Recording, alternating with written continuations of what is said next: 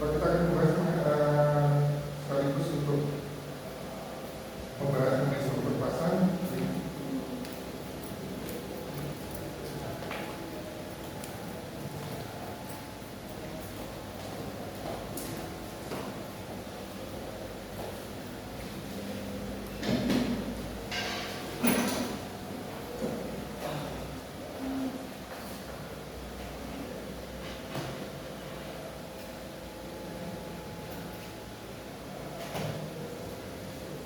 Kita masuk ke kepuasan pelanggan dulu ya. Jadi yang dimaksud dengan kepuasan di sini adalah tingkat kepuasan seseorang setelah membandingkan suatu atau hasil yang dirasakan dibandingkan dengan harapan dalam hubungannya dengan produk atau jasa.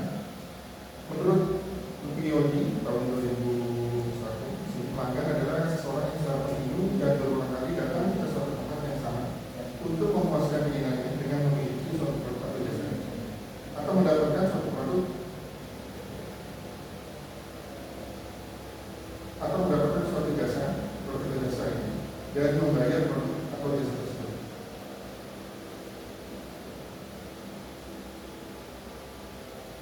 Ada 3 tahap kepuasan pelanggan. Di sini yang pertama untuk memenuhi kebutuhan dasar pelanggan, yang kedua untuk mengharapkan pelanggan dengan cara yang dapat membuat mereka akan kembali lagi.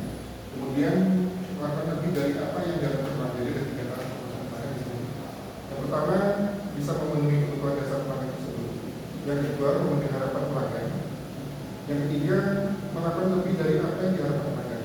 Jadi hubungannya nanti puas, sangat puas dan tidak puas. Jadi menurut Kotler, kepuasan konsumen ini adalah tingkat perasaan seseorang setelah membandingkan kinerja produk atau hasil yang ia rasakan dengan harapan dengan produk atau jasa yang dia peroleh dibandingkan dengan harapannya. Sehingga tingkat kepuasan merupakan fungsi dari perbedaan antara kinerja yang dirasakan dan harapan. Pelanggan bisa mengalami salah satu dari 3 tingkat kepuasan di bawah ini. Yang pertama, jika kinerja produk atau jasa di bawah harapan, pelanggan akan tidak puas. Jadi kalau pelanggan membeli produk atau jasa, ternyata kualitasnya atau kinerja produk tersebut atau jasa tersebut di bawah harapan kalian, lalu pasti tidak puas. Karena tidak akan membeli lagi. Yang kedua, jika kinerja sesuai dengan harapan, di sini pelanggan akan merasa puas. Yang ketiga, apabila kinerja melampaui harapan, pelanggan akan sangat puas, senang atau bahagia. Nah, di sini menurut Wiki dalam bukunya Psikolog tahun 1995, dia mendefinisikan kepuasan konsumen sebagai suatu tanggapan emosional pada evaluasi terhadap pengalaman konsumsi suatu produk atau layanan. Di pengalaman pelanggan atau dia dalam mengonsumsi sesuatu ini. Ini definisi dari Wiki ya, didefinisikan kepuasan konsumen sebagai suatu tanggapan emosional pada evaluasi terhadap pengalaman konsumsi suatu produk atau layanan. Pengalaman tersebut akan dapat lebih mendeskripsikan atau menjelaskan berbagai informasi produk dalam satu yang lebih profesional dan manusiawi. Di sini kepuasan tinggi atau kesenangan akan menciptakan kelekatan emosional terhadap barang, bukan hanya preferensi rasional. Hasilnya akan kita lihat pada sekian pelanggan di sini. Yang tadi kalau sangat puas, dia merasa senang, dia merasa bahagia, maka dalam hubungannya setelah dia pengalaman menggunakan produk itu, dia akan berulang lagi membeli produk kita. Pada akhirnya akan menimbulkan sekian pelanggan itu. Hasilnya adalah sekian pelanggan yang tinggi. Kepuasan tidak akan pernah berhenti pada satu titik saja. Dia akan bergerak dinamis mengikuti tingkat kualitas produk atau jasa dan banyak-banyak dengan harapan berkembang di dunia. Jadi nanti sebagai marketer, kalian dalam memasarkan produk atau jasa, pelanggan ini harus dibuat merasa puas. Itu hubungannya dengan kualitas produk dan layanan. Nah, indikator ukuran tingkat kepuasan pelanggan. Di sini ada beberapa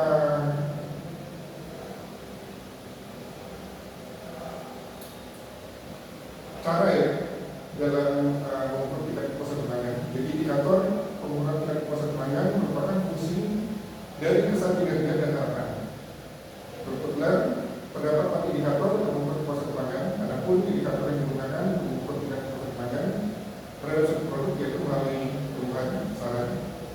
pernah dengar, kadang di supermarket ada kotak saran itu.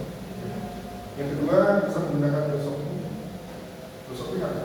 Paling pernah dengan GoShopping. GoShopping apa hantu ya? Yang ketiga, menggunakan analisa data pelanggan. Jadi pelanggan yang telah berpaling dari produk kita itu masih bisa kita balik, ya, bisa kita bujuk lagi, kita kembali lagi. Dengan cara apa? Kita mengetahui kebutuhannya apa. Mereka tidak puas dari produk kita seperti apa. Ya. Yang keempat, dengan survei puas pelanggan. Ya, biasanya ada kalau setelah restorannya ada di dalam ada survei kepuasan terhadap pelayanan atau kinerja etik, ya, tenaga pendidik atau karyawan atau dosen. Ya. Nah, jadi melalui sistem turunan dan saran ini merupakan saran yang disampaikan secara langsung oleh pelanggan akan sangat beragam di perusahaan. Hal itu berharga karena untuk mengetahui sejauh mana kepuasan yang diberikan. Jadi kita mengisi di kotak saran itu puas, tidak puas, biasanya sarannya apa dari kita. Ya. Adapun media yang dapat digunakan untuk menampung keluhan dan saran para pembeli dapat berupa kotak saran yang dapat diletakkan pada tempat strategis, kartu saran yang dapat diisi langsung maupun dikirim melalui pos ataupun melalui saluran telepon. Ya, jadi saat konsumen membeli produk kita, mencoba lagi, itu sebaiknya kita beri pemasaran seperti itu. Itu apa gunanya untuk perbaikan produk kita? Ya, pada akhirnya nanti berpengaruh pada kepuasan pelanggan, pelayanan. Ya. Pada era digital sekarang ini, sebuah masukan atau saran bisa kita gunakan yang melalui email ataupun sosial media.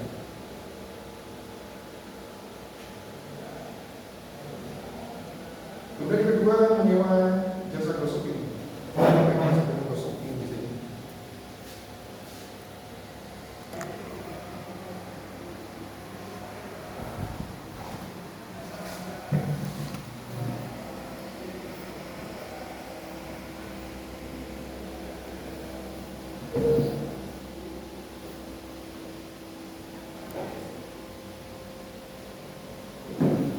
Jadi GoShopping ini adalah salah satu cara memperoleh gambaran kepuasan pelanggan dengan cara mempekerjakan beberapa orang atau GoShopper. Jadi kita menyewa beberapa orang untuk melihat, membeli produk kita atau pesaing kita, ya. Dan nanti dia akan melaporkan ke atasan. Ini tanpa diketahui karyawan, ya. Jadi misalnya si A bekerja di perusahaan A misalnya, di perusahaan ABC misalnya. Nah, dia bagian di pemasarannya, menjual produk-produknya. Nah, ini untuk pelayanannya itu kita sewa GoShopping namanya, ya. Melalui jasa GoShopping tadi, kita pura-pura. Jadi orang itu tanpa ketahuan karyawan, pura-pura membeli dia. Nanti akan menilai pelayanannya karyawan seperti apa, ya. Bukan hanya produk kita yang diawasi, tapi produk pesaing juga, ya. Ini semacam spionase, ya. Jadi kita diam-diam menilai kinerja karyawan kita, pelayanannya sudah baik belum, ya. Jadi GoShopping, jadi spionase di marketing bisa untuk memperoleh informasi yang mengenai pesaing kita, juga terhadap produk kita, ya. Tapi dengan cara diam-diam, ya. Jadi tanpa pengetahuan dari karyawan, itu seseorang kita sewa, kita bayar untuk menilai bagi kinerja karyawan kita. Jadi GoShopping dan produk kita yang dinilai, ya. Jadi GoShopping adalah cara memperoleh gambaran kepuasan pelanggan dengan cara mempekerjakan beberapa orang atau GoShopper untuk menjadi atau bersikap sebagai pembeli atau pelanggan potensial produk perusahaan dan pesaing perusahaan. Jadi bukan hanya produk perusahaan tapi pesaing juga, ya. Kemudian mereka memberikan laporan mengenai kelebihan dan kelemahan produk perusahaan dan pesaing berdasarkan pengalaman mereka membeli dan mengkonsumsi produk tersebut. Selain itu, GoShopper juga memiliki tugas untuk mengamati bagaimana cara perusahaan dan pesaing melayani permintaan pelanggan. Jadi bukan hanya produk atau jasa saja yang diawasi, tapi juga pelayanan dari karyawan, ya. Ini ada hubungannya nanti dengan kepuasan konsumen, ya. Jadi selain itu, Growshopper memiliki tugas untuk mengamati bagaimana cara perusahaan dan pesaing melayani permintaan pelanggan, menjawab pertanyaan pelanggan, dan menanggapi setiap keluhan pelanggan. Setelah itu, perusahaan akan mengevaluasi semua temuan yang ada dan segera memperbaikinya. Biasanya peran Growshopper ini dilakukan manajer. Jadi atasan sendiri langsung turun ke bawahan tanpa pengetahuan dari anak buah. Ya, bisa juga kita menyewa atau manajer turun langsung.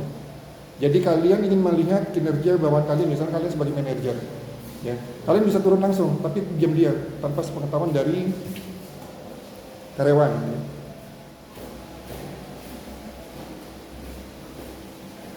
Biasanya peran Growshopping ini dilakukan manajer tanpa diketahui oleh anak buahnya, sehingga manajer dapat mengetahui sendiri bagaimana karyawan menghadapi konsumen, sehingga dia juga dapat mengevaluasi kinerja karyawan.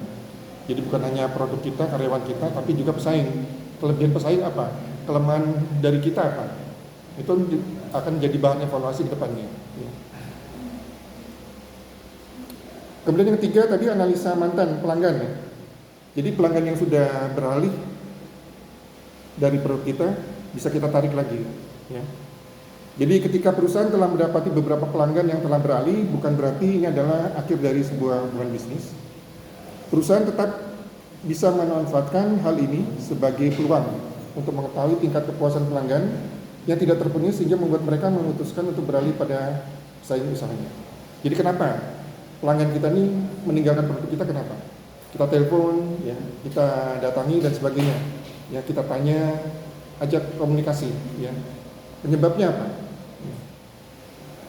Dalam indikator ini perusahaan seharusnya bisa menelpon para pelanggan yang telah berhenti menjadi pembeli atau yang telah pindah pemasok, ya, agar memahami mengapa pelanggan tersebut pindah atau berhenti, agar dapat mengambil kebijakan, agar perusahaan maksudnya di sini, ya, mengambil kebijakan atau penyempurnaan selanjutnya.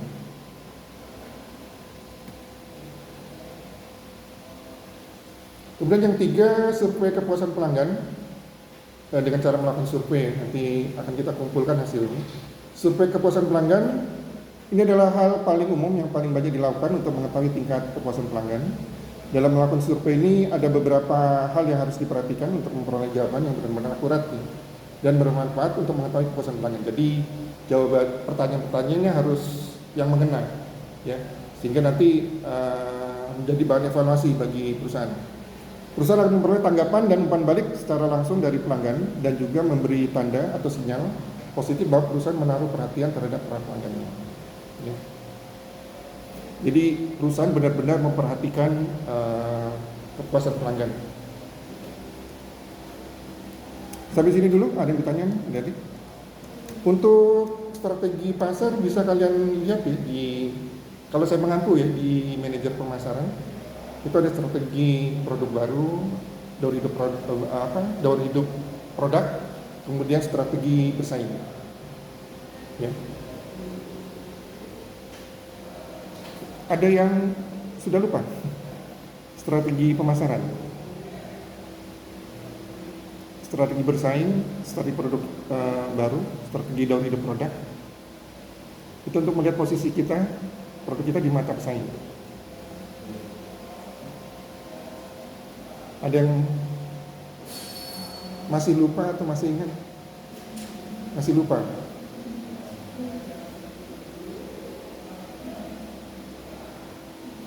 Ya nanti ya, kalau ada waktu saya tambahkan. Jadi saya masuk dulu di struktur pasar ya. Jadi gabung dengan ekonomi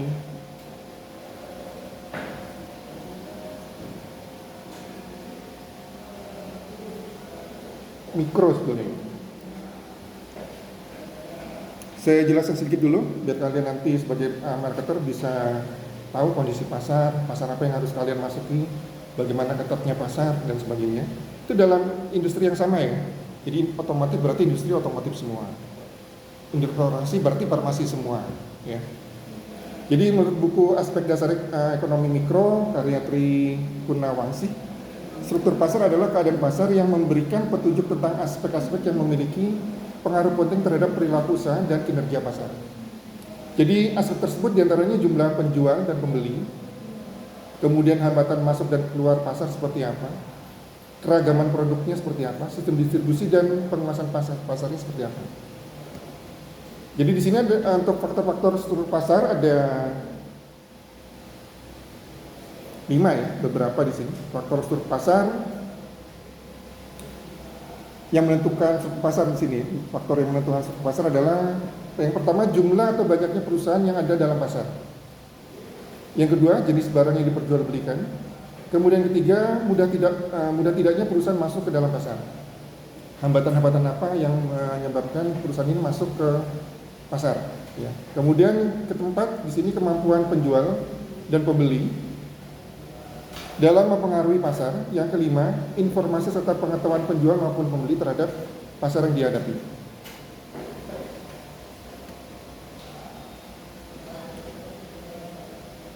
Kita masuk ke jenis struktur pasar dulu. Di sini ada 4 jenis struktur pasar ya. Yang pertama ada pasar persaingan sempurna, mungkin kalian pernah dengar. Yang dari SMA-nya dari sosial IPS ya, mungkin pernah dengar. Kemudian ada pasar persaingan monopolistik, pasar oligopoli dan pasar monopoli. Pasar persaingan sempurna di sini jumlah penjual dan pembeli banyak di sini. Jumlah penjual dan pembeli banyak. Untuk pasar persaingan monopolistik jumlah penjualnya cukup banyak, tetapi masing-masing memiliki kemampuan untuk mempengaruhi harga jual. Di sini mempunyai ciri khas produk sendiri, ya, penjual. Yang ketiga pasar oligopoli, jumlah penjualnya sangat sedikit, ini antara 2 sampai 10 di sini. Kemudian pasar monopoli, di sini jumlah penjual hanya satu saja, di monopoli. Ya. Nah, untuk hubungannya dengan mudah tidaknya masuk pasar,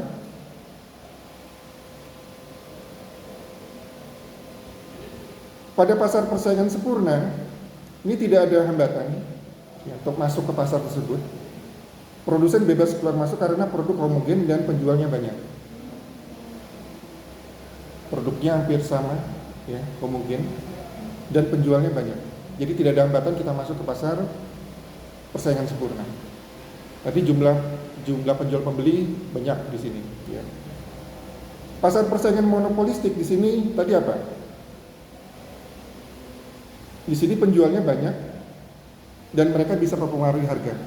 Ya. Untuk masuk pasar persaingan monopolistik relatif mudah bagi produsen yang baru ya. Maksudnya di sini kita masuk, berarti kita baru di sini.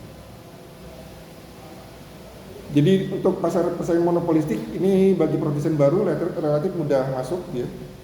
Karena diferensiasi produk tinggi meskipun terdapat banyak pesaing. Jadi perbedaan antara satu produk dan produk lain ini sangat tinggi. Ya. Itu kalau kalian ingin masuk di pasar persaingan monopolistik, ya. Persaingannya di sini diferensiasi produknya tinggi, perbedaan satu produk dan produk tinggi. Pada produk yang sama ya maksudnya. Ya. Pada pasar oligopoli ini akan sulit ya, bagi produsen baru di sini, sulit karena membutuhkan modal besar, penguasaan teknologi dan adanya loyalitas merek yang kuat pada beberapa perusahaan dominan. Tadi pasar oligopoli di sini jumlah penjualnya sangat sedikit antara 2 sampai 10. Nah, di sini dibutuhkan modal yang besar, teknologi dari produsen yang baru juga. Ya. Kalau tidak ada hal itu akan sulit masuk kita di sini. Kemudian pasar monopoli di sini bisa kalau ngantuk tuh buka dulu. Ya. Pasar monopoli sangat sulit atau hampir mustahil. Monopoli artinya hanya ada satu penjual. Contohnya Pak, pasar monopoli di Indonesia.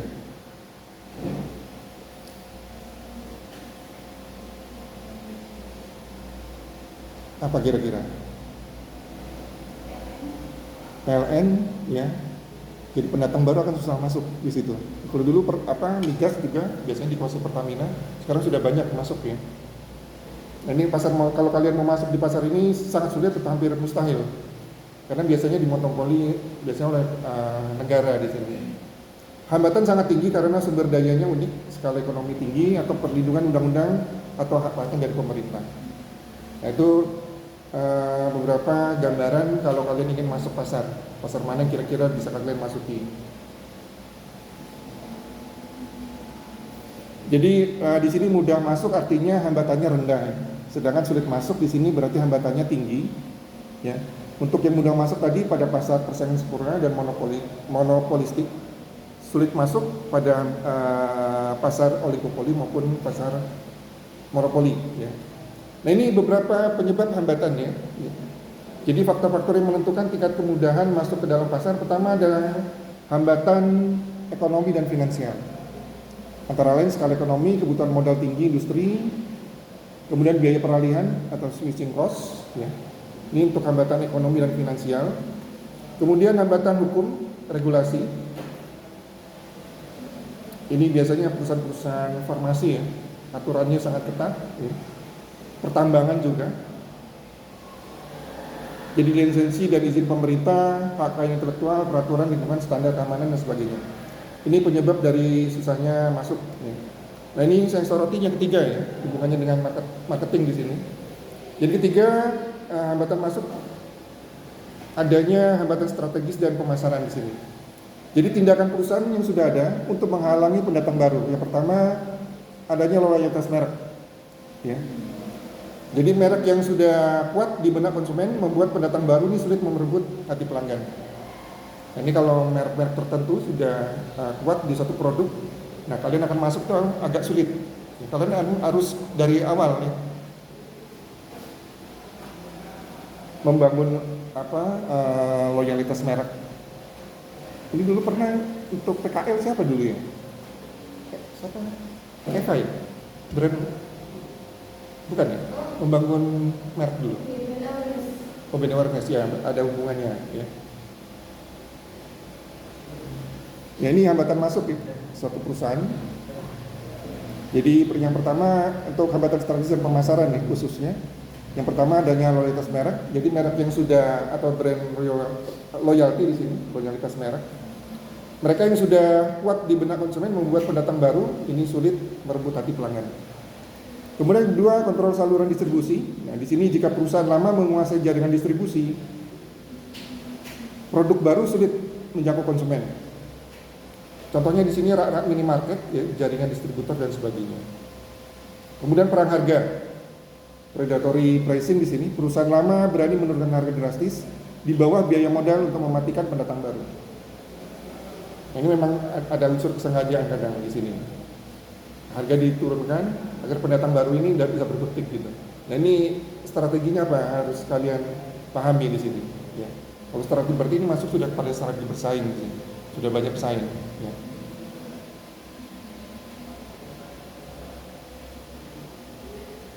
Ada yang masih ingat strategi bersaing dalam posisi kita sebagai leader, sebagai penantang,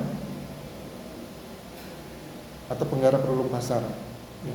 Nah, itu strategi kita. Ya. Kalau ada leader kita mau masuk dan kita kuat, tidak apa-apa kita menyerang. Ya.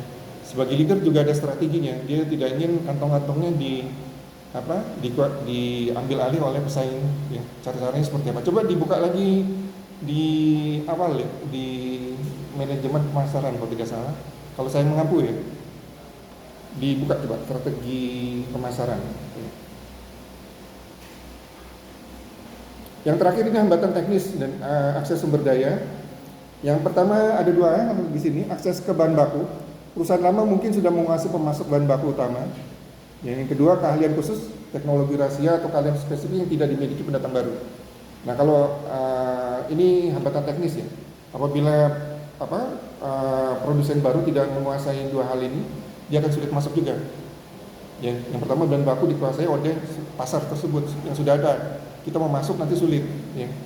Atau keahlian khusus, teknologi rahasia atau keahlian spesifik yang dimiliki pendatang baru. Sampai sini dulu, ada yang bertanyakan? Ada?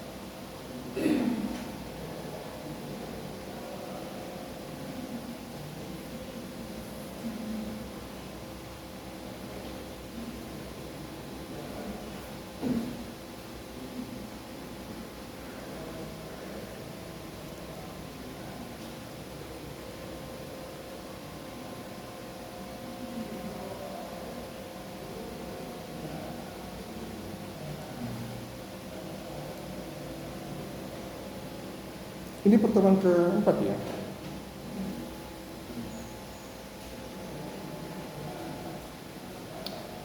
Belum ada tugas ya. Jadi tugas individu dikumpul sebelum UTS ya. Tugasnya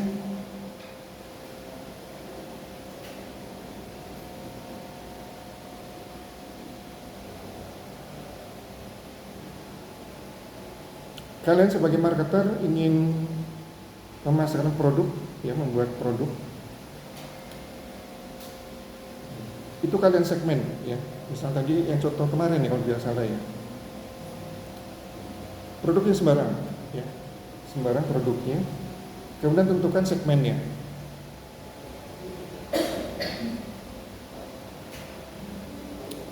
Contoh kemarin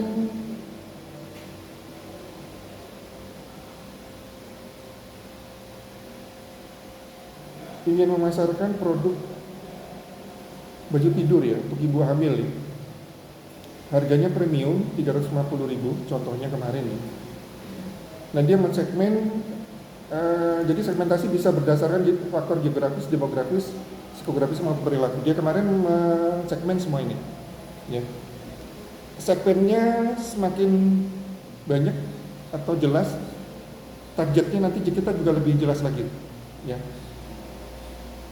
Jadi faktor geografis, demografis kemarin contohnya dia dari, karena harganya premium dari bahan spandek ya, artinya dingin dipakai, tetap dingin di udara panas. Dia karena ibu-ibu rumah tangga bukan pekerja, jadi faktor demografis diambil dari usia dan dari penghasilan suami ya. Usia ibu yang hamil kemarin antara 25 sampai 40 tahun. Jadi dari segmen demografis diambil usia dan penghasilan suami. Penghasilan suaminya 10 sampai ya di atas 10 juta ya. Karena harganya agak mahal.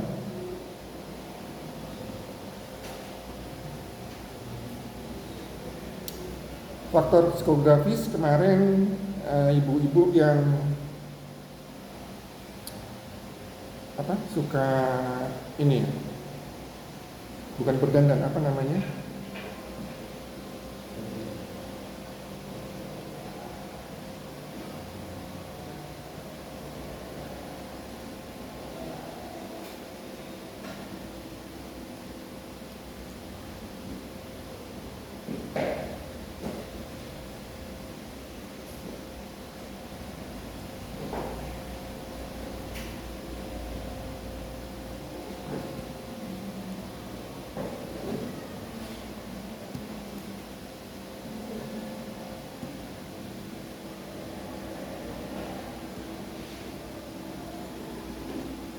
nanti biar kalian belajar ya dalam kalian ingin membuat produk dalam bisnis ya, ingin memasarkan segmennya harus jelas dulu.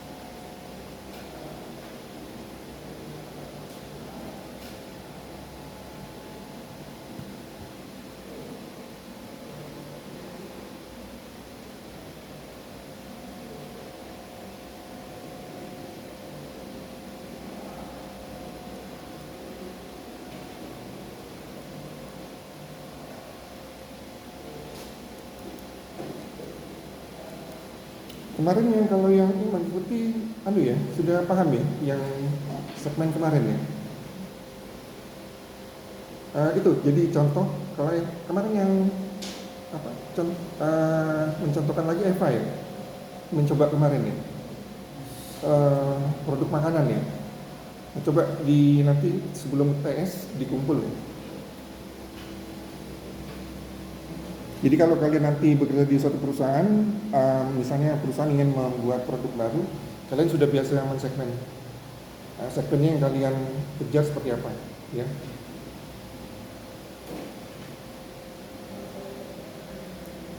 Nah kalau ini ada mobil Avanza misalnya, ini segmennya apa kalau mobil Avanza? Biasanya kalau minibus ini keluarga, ya. Keluarga penghasilan menengah ke atas. Jadi saat menjual produk jangan gambling kalian. Pokoknya semua segmen saya coba semua misalnya. Nanti tidak susah berhasil di situ ya.